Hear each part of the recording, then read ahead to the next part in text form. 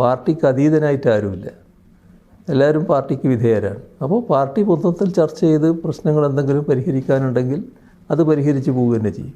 അതിനൊരു തടസ്സവും പ്രയാസവും ഞങ്ങളെ പാർട്ടിക്കകത്തില്ല. അതാണ് നില.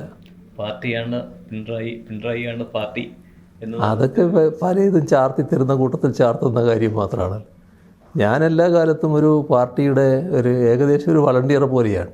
പാർട്ടി എന്താണോ പറയുന്നത് അതനുസരിച്ച് നിൽക്കുക എന്നുള്ളൊരു നിലപാടാണ് എപ്പോഴും സ്വീകരിക്കാറുള്ളത്. കേരളത്തിൽ തുടർഭരണം കിട്ടിയാൽ കേരളത്തിലെ പാർട്ടിക്കും ബംഗാളിലെയും ത്രിപുരയിലെയും പാർട്ടിയുടെ അവസ്ഥയാവുമെന്ന് പറയുന്നവരും ഉണ്ട്.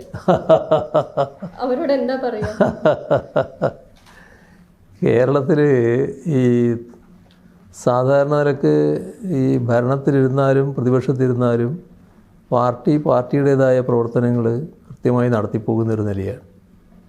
അതിൻ്റെ ഭാഗമായി പല തരത്തിലുള്ള ജനപക്ഷ ഇടപെടലുകൾ നടത്താറുണ്ട്. ഇപ്പോൾ ജനങ്ങൾക്ക് ഒരു പ്രശ്നമുണ്ടായാൽ അത് ഗവൺമെൻറ് ഉണ്ടായാലും ആ പ്രശ്നത്തോടൊപ്പം നിന്നുകൊണ്ട് അത് പരിഹരിക്കാനാണ് സാധാരണഗതിയിൽ പാർട്ടി ശ്രമിക്കുക. അതിനുവേണ്ടിയുള്ള ശ്രമങ്ങൾ ഏത് പക്ഷത്തിരുന്നാലും, ഭരണപക്ഷത്തായാലും പ്രതിപക്ഷത്തായാലും തുറന്നുകൊണ്ടേയിരിക്കും എന്നുള്ളതാണ് പാർട്ടിയുടെ നിലപാട്. അതുകൊണ്ട് തന്നെ പാർട്ടിയുമായി ഒരു അകൽച്ച സാധാരണഗതിയിൽ ജനങ്ങൾക്കുണ്ടാകുന്നില്ല എന്നുള്ളതാണ് നമുക്ക് കാണാൻ കഴിയുക. ഗവൺമെൻറ് ഉണ്ടാകുമ്പോൾ സ്വാഭാവികമായും ആഗ്രഹിക്കുന്ന കുറേ കാര്യങ്ങൾ നടന്നില്ല എന്ന് വരും. ഇപ്പോൾ ഞാൻ പറഞ്ഞില്ലേ നേരത്തെ റാങ്ക് ലിസ്റ്റിൻ്റെ കാര്യം പറഞ്ഞില്ലേ. റാങ്ക് ലിസ്റ്റ് 400 ആളുണ്ട്, 100 ആൾക്കേ ജോലിയുള്ളൂ, 300 ആൾക്ക് തൊഴിലില്ല. 300 ആൾക്ക് തൊഴിലില്ലാത്തത് ഗവൺമെൻറ് കാരനാണെന്ന് വേണമെങ്കിൽ പറയാമല്ലോ. കാരണം 400 ആൾക്ക് തൊഴിൽ കൊടുത്തുകൂടെ? അങ്ങനെ 400 ആൾക്ക് തൊഴിൽ കൊടുക്കാൻ പറ്റുമോ? 100 ആൾക്കല്ലേ ഒഴിവുള്ളൂ, 100 ആൾക്കല്ലേ തൊഴിൽ കൊടുക്കാൻ പറ്റും. അപ്പോൾ ആ 300 ആളെ തെറ്റിദ്ധരിപ്പിച്ച് ഗവൺമെൻറ്റിനെതിരെയാക്കാനുള്ളൊരു ശ്രമം നടത്തിയേക്കാമല്ലോ. ആ 300-ൽ കേരളത്തിൻ്റെ ഒരു സാമൂഹിക ഘടന വെച്ച് ഒരു 100-ലധികം ആളുകൾ സ്വാഭാവികമായിട്ടും ഞങ്ങളോടൊപ്പം നിൽക്കുന്നവരായിരിക്കുമല്ലോ. അവരെ തെറ്റിദ്ധരിപ്പിക്കാൻ കഴിഞ്ഞാൽ, അപ്പുറം മാറ്റാൻ കഴിഞ്ഞാൽ തൽക്കാലം ഒരു വിരോധപരമായ നിലപാടിലേക്ക് എത്തിക്കാൻ പറ്റുമല്ലോ. ഇതൊക്കെയാണ് ഈ ആൻറ്റി ഇൻകംബൻസി എന്ന് പറയുന്നില്ല, അതിൻ്റെ ഭാഗമായിട്ട് വന്നു ചേരുന്ന കാര്യം. അത് സ്വാഭാവികമായിട്ടുള്ള കാര്യമാണ്. പക്ഷേ നമ്മുടെ നാട് ഈ കാര്യങ്ങളൊക്കെ മനസ്സിലാക്കാൻ ത്രാണിയുള്ളവരാണ്. പ്രശ്നങ്ങൾ വരുമ്പോൾ അവർ പ്രക്ഷോഭമൊക്കെ നടത്തും. പക്ഷേ എന്താണ് യഥാർത്ഥ വസ്തുതകൾ എന്നവർ മനസ്സിലാക്കിക്കൊണ്ട് തന്നെ നിലപാടുകൾ എടുക്കുന്നുണ്ട്. എന്താണ് പ്രത്യേകത? പൊതുവെ ഒന്നാം പിണറായി സർക്കാരിൻ്റെ അത്രയും പോരാ രണ്ടാം പിണറായി സർക്കാർ എന്നുള്ളൊരു അഭിപ്രായം ഇടയ്ക്ക് കേൾക്കാറുണ്ട്. ആസ് എ ടീം ലീഡർ CMൻ്റെ ഒരു അസസ്മെൻ്റ് എന്താണ്? എനിക്കങ്ങനെ ഒരു തോന്നലേ ഇല്ല. കാരണം അതൊക്കെ നമ്മുടെ ആദ്യഘട്ടത്തിൽ പ്രത്യേകിച്ച് നിങ്ങളെ സുഹൃത്തുക്കൾ, മാധ്യമ സുഹൃത്തുക്കൾ ഉണ്ടാക്കിയ ഒരു പ്രതീതിയാണ്. കാരണം ചില പ്രധാനികൾ നമ്മുടെ രംഗത്തുണ്ടായിരുന്നല്ലോ. ആ പ്രധാനികൾക്ക് പകരം ആവുമോ ഈ വരുന്നവർ എന്നൊരു സംശയം സ്വാഭാവികമായിട്ടുണ്ടാവും. പക്ഷേ നമ്മുടെ അനുഭവത്തിൽ എല്ലാവരും നല്ല പ്രവർത്തനമാണ് കാഴ്ചവെച്ചിട്ടുള്ളത്. ഞാൻ ആരുടെയും ഉദാഹരണം എടുത്ത് പറയുന്നില്ല എന്ന് മാത്രം. ഏതൊരു ആളെടുത്ത് പരിശോധിച്ചാലും നല്ല രീതിയിൽ പെർഫോം ചെയ്തിട്ടുണ്ടെന്നാണ് കാണാൻ പറ്റുക. ഒരു പ്രയാസവുമില്ലാതെ കാര്യങ്ങൾ മുന്നോട്ട് കൊണ്ടുപോകാൻ കഴിഞ്ഞിട്ടുണ്ട്. ഈ ഒരേ സമയം RSSൻ്റെയും ജമാഅത്ത് ഇസ്ലാമിയുടെയും ഏറ്റവും വലിയ ശത്രു പിണറായി വിജയനാണ്. അതെങ്ങനെ സാധിക്കുന്നു? അത് മതനിരപേക്ഷതയുടെ വക്താവായതുകൊണ്ട് മാത്രമാണ്. മതനിരപേക്ഷതയുടെ വക്താവായാൽ നിങ്ങൾ വർഗീയതയുടെ എതിരാളിയായിട്ട് മാറും. ആ വർഗീയത ഏത് വർഗീയതയാകാം, അതാണ് അതിൻ്റെ അവസ്ഥ. അത്രയേ കണ്ടുള്ളൂ. ന്യൂനപക്ഷങ്ങളുടെ കാര്യം പറഞ്ഞപ്പോൾ ഈ മുസ്ലിം വിഭാഗം പറഞ്ഞു, അതേപോലെ ക്രിസ്ത്യൻ വിഭാഗത്തിനിടയ്ക്ക് മുൻപ് ക്രിസ്ത്യൻ വിഭാഗം ആദ്യം UDFനോടൊപ്പം ഉണ്ടായിരുന്നു, കുറച്ചൊക്കെ LDFിലേക്ക് വരികയും ചെയ്തു. പക്ഷേ ഇപ്പോൾ ഒരു N മാസമായിട്ട് BJPയിലേക്ക് ആകൃഷ്ടരാകുന്ന ഒരു സ്ഥിതിവിശേഷമുണ്ട്. അങ്ങനെ ഒരു കാര്യം ഇതെന്തുകൊണ്ടാണ്, അല്ലെങ്കിൽ അതിനെ എങ്ങനെയാണ് തടയിടേണ്ടതെന്ന് ആ ആപത്ത് ശരിയായ രീതിയിൽ തിരിച്ചറിയാൻ ന്യൂനപക്ഷ വിഭാഗമെന്ന നിലക്ക് ക്രിസ്ത്യൻ ന്യൂനപക്ഷത്തിന് കഴിയേണ്ടതായിട്ടുണ്ട്. നമ്മുടെ നാട്ടിൽ സംഭവിക്കുന്നതും രാജ്യത്ത് സംഭവിക്കുന്നതും അറിയാത്തവരോ മനസ്സിലാക്കാത്തവരോ അല്ല ക്രൈസ്തവ വിഭാഗം. പക്ഷേ വർഗീയത ഏത് വഴിയും സ്വീകരിക്കും. അതിലൊരു വഴിയാണ് ഈ ക്രൈസ്തവ വിഭാഗത്തിലെ ഒരു കൂട്ടരെ സ്വാധീനിച്ചുകൊണ്ട് ഒരു പ്രത്യേക വർഗീയ നിലപാട് സ്വീകരിച്ചുകൊണ്ട് നീങ്ങുക എന്നുള്ളത്. വർഗീയതയുടെ പല രൂപങ്ങളുണ്ട്. ആ രൂപത്തിൽ ഒന്ന് ഇപ്പോൾ ക്രൈസ്തവ വിഭാഗത്തിൽ RSS സ്വാധീനത്തോടെ നടന്നുകൊണ്ടിരിക്കുന്നുണ്ട്. ഒരു പ്രത്യേക സംഘടനാ രൂപവും ഇപ്പോൾ നടക്കുന്നുണ്ട്. യഥാർത്ഥത്തിൽ രാജ്യത്തിൻ്റെ പ്രത്യേകത വെച്ചാൽ ന്യൂനപക്ഷങ്ങൾക്കെതിരെയുള്ള വലിയ വേട്ട നടക്കുമ്പോൾ ന്യൂനപക്ഷങ്ങൾ ഒന്നിച്ചു നിൽക്കേണ്ട ഘട്ടമാണ്, അല്ലെങ്കിൽ മതനിരപേക്ഷതയുടെ ഭാഗമായുള്ളവരെല്ലാം ഒന്നിച്ചു നിൽക്കേണ്ട ഘട്ടമാണ്. പക്ഷേ ഇവിടെ ന്യൂനപക്ഷങ്ങളെ തമ്മിൽ ഭിന്നിപ്പിക്കാനുള്ള വലിയ ശ്രമം നടക്കുന്നുണ്ട്. അതിൻ്റെ ഒരു ഭാഗത്ത് ഈ ക്രൈസ്തവ വിഭാഗത്തിൽപ്പെട്ട ഒരു വിഭാഗത്തെ ഉപയോഗിക്കാൻ RSS ശ്രമിക്കുന്നുണ്ട്. അതിൻ്റേതായ വലിയ പ്രചരണവും കേരളത്തിൽ നടക്കുന്നുണ്ട്. എല്ലാ സഹായവും അവർക്ക് ലഭ്യമാകുന്നുണ്ട് എന്നാണ് തോന്നുന്നത്. അത് തിരിച്ചറിയാൻ നമ്മുടെ ക്രൈസ്തവ മേധാവികൾക്ക് സാധിക്കേണ്ടതായിട്ടുണ്ട്. അവർ തിരിച്ചറിയുന്നില്ല എന്നല്ല ഞാൻ പറയുന്നത്, പക്ഷേ ആ ആപത്ത് ശരിയായ രീതിയിൽ തിരിച്ചറിയാൻ പറ്റണം. ഇവിടെ നമുക്ക് ആവശ്യം മതനിരപേക്ഷത കൃത്യമായി സംരക്ഷിച്ചു പോകലാണ്. മതനിരപേക്ഷത സംരക്ഷിക്കണമെങ്കിൽ വർഗീയതയോട് വിട്ടുവീഴ്ചയില്ലാത്ത നിലപാട് സ്വീകരിക്കാനാവണം. എല്ലാ വർഗീയതയെയും തള്ളിപ്പറയാനാവണം. ഒരു വർഗീയതയുടെയും ഭാഗമായി മാറരുത്.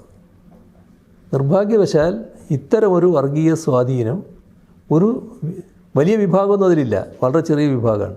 ആ വളരെ ചെറിയൊരു വിഭാഗത്തിൽ വന്നിട്ടുണ്ട് എന്നുള്ളത് കാണേണ്ടതായിട്ടുണ്ട്. ചില ബിഷപ്പുമാരും അതിനെ അറിഞ്ഞോ അറിയാതെയോ സപ്പോർട്ട് ചെയ്യുകയും ചെയ്യുന്നുണ്ട്. വളരെ ഒറ്റപ്പെട്ടതാണത്. മുസ്ലിം സമുദായവുമായിട്ടൊരു ജൈവിക ബന്ധമുള്ള ഒരാളാണ് താങ്കൾ. പക്ഷേ ഈ ഇടയായിട്ട് ഈ BJPയുമായിട്ട് കൂടുതൽ അടുക്കുന്നു, പോലീസിൽ സംഘീവൽക്കരണം നടക്കുന്നു എന്നുള്ള നെറേറ്റീവൊക്കെ മുസ്ലിം സമുദായത്തിനിടയിൽ കുറച്ചു പേർക്കിടയിലെങ്കിലും അതങ്ങനെ ഒരു വിശ്വാസം വന്നിട്ടുണ്ട്. ഇതൊരു വലിയ പ്രതിസന്ധിയാണ് പാർട്ടിയെ സംബന്ധിച്ചിടത്തോളം. അതിനെ എങ്ങനെയാണ് മറികടക്കാൻ ഉദ്ദേശിക്കുന്നത്? പാർട്ടിക്ക് വലിയ പ്രതിസന്ധി ഒന്നും അതുകൊണ്ടുണ്ടാവില്ല. ഇതൊക്കെ ചില പ്രചരണങ്ങൾ മാത്രമാണ്. വിശ്വസിക്കുന്ന ഒരുപാട് പേരില്ലേ? അല്ല, ഞാൻ പറയാം, യഥാർത്ഥത്തിൽ സംഭവിക്കുന്നത് നമ്മുടെ കേരളത്തിൽ ജമാഅത്തെ ഇസ്ലാമിയുടെ ഇടപെടലാണ് ആദ്യമേ തൊട്ടുണ്ടാകുന്നത്. കേരളത്തിൽ ആദ്യഘട്ടത്തിൽ ന്യൂനപക്ഷ വിഭാഗങ്ങൾ വല്ലാത്ത ഒരു വിപ്രതിപത്തി ഞങ്ങളോട് കാണിക്കുന്ന നിലയുണ്ടായിരുന്നു. ഇപ്പോഴല്ല ഞാൻ പറയുന്നത്, കുറച്ച് കാലം മുമ്പ്. അതിൻ്റെ ആ കാര്യത്തിൽ പിന്നീട് വലിയ മാറ്റം വന്ന് ഞങ്ങളുമായിട്ട് നല്ല ബന്ധത്തിലാകുന്ന സ്ഥിതി പൊതുവിൽ വന്നു. എല്ലാ വിഭാഗങ്ങളുമായും ഞങ്ങളും നല്ല രീതിയിൽ ഇൻട്രാക്ട് ചെയ്യുന്ന നില വന്നു. അതിൻ്റെ അപകടം എന്ന് ഞാൻ പറയുന്നത് അതിൻ്റെ യഥാർത്ഥ അർത്ഥത്തിലല്ല. ആദ്യം മനസ്സിലാക്കുന്നത് ജമാഅത്തെ ഇസ്ലാമിയാണ്. അങ്ങനെ ജമാഅത്തെ ഇസ്ലാമിയാണ് ഈ അവസ്ഥ മാറ്റിയെടുക്കുന്നതിന് വേണ്ടി അന്നൊരു ശ്രമം ആരംഭിക്കുന്നത്. ജമാഅത്തെ ഇസ്ലാമി കഠിനമായ CPIM വിരുദ്ധ നിലപാട് സ്വീകരിച്ചുകൊണ്ട് രംഗത്ത് വന്നു. അവരുടെ നിലപാട് ഞങ്ങളും തുറന്നു കാണിച്ചു. അവരെ ഞങ്ങളും തുറന്നു കാണിക്കുന്ന നില നല്ലതുപോലെ സ്വീകരിക്കുന്ന നിലയുണ്ടായി. അത് മുസ്ലിം വിഭാഗത്തിൽ വലിയ തോതിൽ സ്വാധീനമൊന്നും ചെലുത്തിയില്ല. പക്ഷേ അവർ ഇത് കണ്ടുകൊണ്ടുള്ള ഇടപെടലുകൾ നടത്തിക്കൊണ്ടിരിക്കുകയായിരുന്നു. അത് സ്വാധീനം ചെലുത്തിയില്ല എന്ന് കണ്ടപ്പോൾ പിന്നീട് അവർ നേരത്തെ സ്വീകരിച്ചിരുന്ന നില ചില സ്ഥാനാർത്ഥികളെ നോക്കി പിന്തുണ കൊടുക്കും എന്നൊക്കെ പറഞ്ഞിട്ടുള്ളൊരു നിലപാടായിരുന്നു. പിന്നെ അവർ രാഷ്ട്രീയ പാർട്ടിയൊക്കെ പൊതുവിൽ പ്രഖ്യാപിക്കുന്ന നില വന്നല്ലോ. സ്ഥാനാർത്ഥികളെ നോക്കി പിന്തുണ പ്രഖ്യാപിക്കുന്ന ഒരു നില നിങ്ങൾക്ക് ഓർമ്മയുണ്ടാകും. പൊന്നാനിയിൽ ഒരു തവണ നമ്മുടെ MP ഗംഗാധരനും TK ഹംസയും മത്സരിച്ചു. ആ തെരഞ്ഞെടുപ്പിൽ MP ഗംഗാധരനായിരുന്നു ഇവരുടെ ജമാഅത്തെ ഇസ്ലാമിയുടെ പിന്തുണ. അതാണ് അവരുടെ രീതി. അങ്ങനെ ഒരു നിലയാണ് അവർ ആ കാലത്തൊക്കെ സ്വീകരിച്ചിരുന്നത്. ഇത് ജമാഅത്തെ ഇസ്ലാമിയെ പൊതുവിൽ മുസ്ലിം സമൂഹം വലിയ തോതിൽ സ്വീകരിക്കുന്ന നിലയില്ല. മുസ്ലിം സമൂഹത്തിലെ ഏറ്റവും പ്രധാനപ്പെട്ട വിഭാഗം സുന്നി വിഭാഗമാണ്. ആ സുന്നി വിഭാഗത്തിൽ ഇവരെക്കുറിച്ച് ഒരു തരത്തിലുള്ള യോജിപ്പുമില്ലാത്ത നിലയാണ്. കാരണം ഇവർ അത്തരമൊരു നിലപാട് സ്വീകരിക്കുന്നവരാണ്. ജനാധിപത്യ പ്രക്രിയയിലല്ല അവർ നിൽക്കുന്നത്. ജനാധിപത്യ പ്രക്രിയ അനുസരിച്ച് കാര്യങ്ങൾ നീക്കുന്നതിനാണ് സുന്നി വിഭാഗം നിൽക്കുന്നത്.